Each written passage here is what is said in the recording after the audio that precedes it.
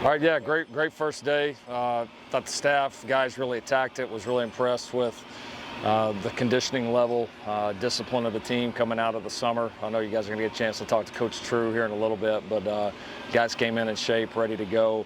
We're pretty healthy right now. We've got a couple of guys that are limited. Caden Chittenden's a little bit limited. Carlon, D. Reddick, Jacoby Lane, a few of those guys that by schedule weren't able to we didn't do the full practice. All of those guys will be fully available, here pretty soon in camp. So nothing even remotely close to long term in that group. And then Riley Wormley is still the only one that's still a little ways out, which we expected coming off his knee injury. But other than that, guys are healthy. Really good first day. You mentioned the discipline just being different and noticing that. How much, in your estimation, when you hire a new strength and conditioning coach, do you expect, what sort of impact do you expect that person to have right away, or how much impact can they have? Well, they're going to have an impact. I think it's just, how good a job can they do, and then I think it's, when you bring in somebody in that position, it's, why did you do it in the first place? What are the emphasis points? And obviously, we tailored this hire around some of the emphasis points that we felt like were going to help our program continue to climb. I know we've discussed those already publicly, but I give Coach True and really his entire staff a lot of credit. Again, it's a difficult thing to come in with that short a time, not just put together a program. He's got to get to know the athletes. He's got to get to know the rest of the staff. They work hand in hand with nutrition, obviously hand in hand with sports medicine, equipment, learning the space. I mean, it's just a lot that's got to happen in a really, really short amount of time. And it's not like you got a whole spring practice period to work through some of the kinks. I mean, you're right into, basically the Super Bowl for off-season training, which is your summer conditioning, getting ready for training camp in the season. And you got to be ready to roll June the 1st when the guys get in here. And so I think, he's done a really nice job leading it. He's got a really clear vision, and I think just kind of an approach that he has a lot of confidence in. He's had a lot of success with it. And then blending that with, our vision from a zoomed out level of what we want this program to be. He's had a great feel. He's done a good job relaying that to the staff. He's done a good job, being very consistent and very tough on our players, but also building relationships in a short amount of time. So, I've been super impressed with him and his staff so far. What does Adrian claim his role, and why did you have him? Yeah, Adrian was available and was a position that we had talked about. We've had a position in the past that's going to work with our defense, but more of an offensive coach background. And so we were actively looking for somebody in that role. It's tough.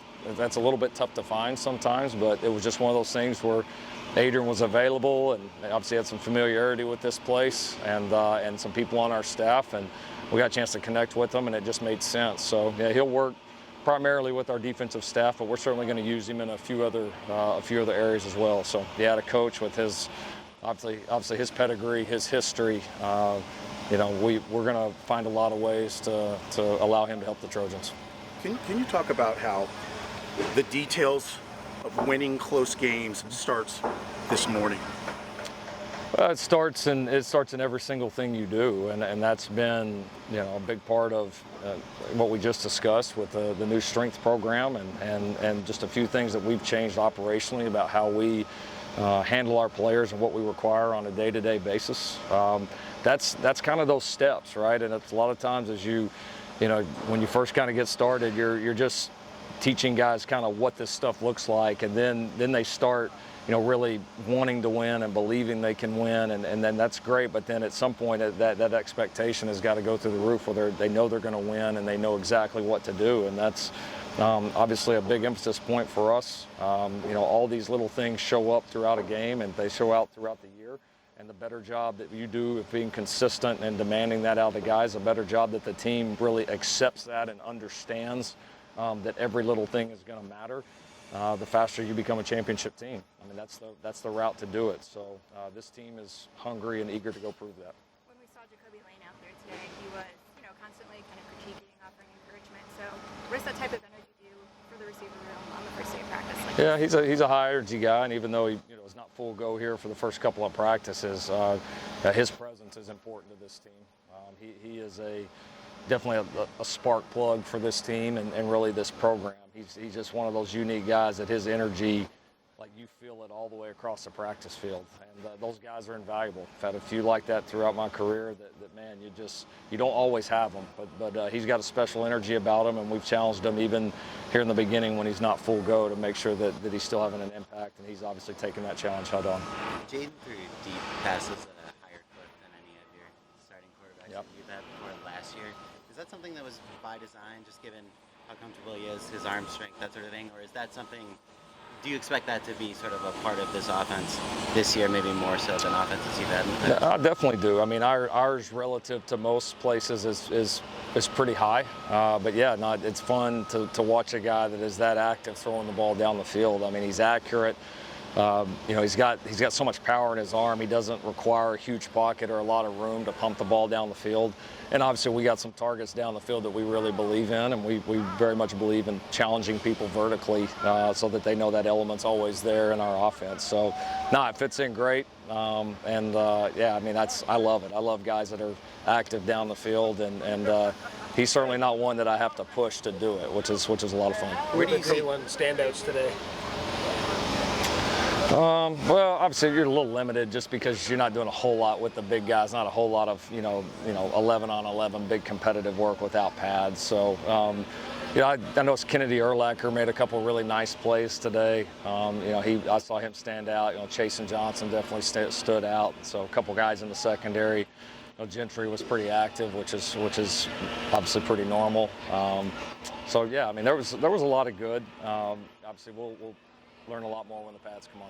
Leadership-wise, what's the biggest difference with Jaden now when he came in last year? I think he would say he feels like it's his team, and I think he knows the guys better. He knows what he's doing as a player better. It's just a much different situation. So I just think there's just a different confidence and kind of swagger with him right now in the way he plays, the way he interacts with guys, the way he challenges guys, uplifts guys. We've challenged him as coaches pretty heavily, honestly, to do it, and he's really responded. So that's great. Teams have to have that out of their quarterbacks, and he's intent on giving this team that. Coach, in the past you've talked about having former players come back and being part of the whole routine. Yeah. Mason Cobb was out here today helping out the linebacker. Is he on GA tryout? He would be a good one. Mason's still pursuing his career right now, but no, he would definitely be a phenomenal one. But it's always great. We're going to have guys back here every single day throughout camp. It means a lot to us that they take their time to come do it, and we'll be even more cool as here in a handful of months we'll have a pretty cool place to house them, honor them, all of that with the Bloom Center. Do any of the high school kids that arrived in June realistically have a chance to play this year for you guys? Sure. Yeah. No, I think I wouldn't count any of them out right now, to be honest. I mean, there weren't that many, obviously, with us having so many guys that came in early. But yeah, I think, we'll get a look at the two young edges that came in, Ramos and Gus, because that's one of the positions in terms of the edge that, we don't have quite as many bodies as we do on the defensive interior. Obviously we'll look at Romero, look at Tanuk, Harry, obviously the two young linebackers. We'll get a good look at those guys. So yeah, we'll see. And obviously and then R.J. Sermon certainly. So I don't look at any of them and say there's no way. We just got to see. We know less about them right now, and so we've got to see how they progress through camp. But from an athletic standpoint, every one of those guys could have a role on this football team.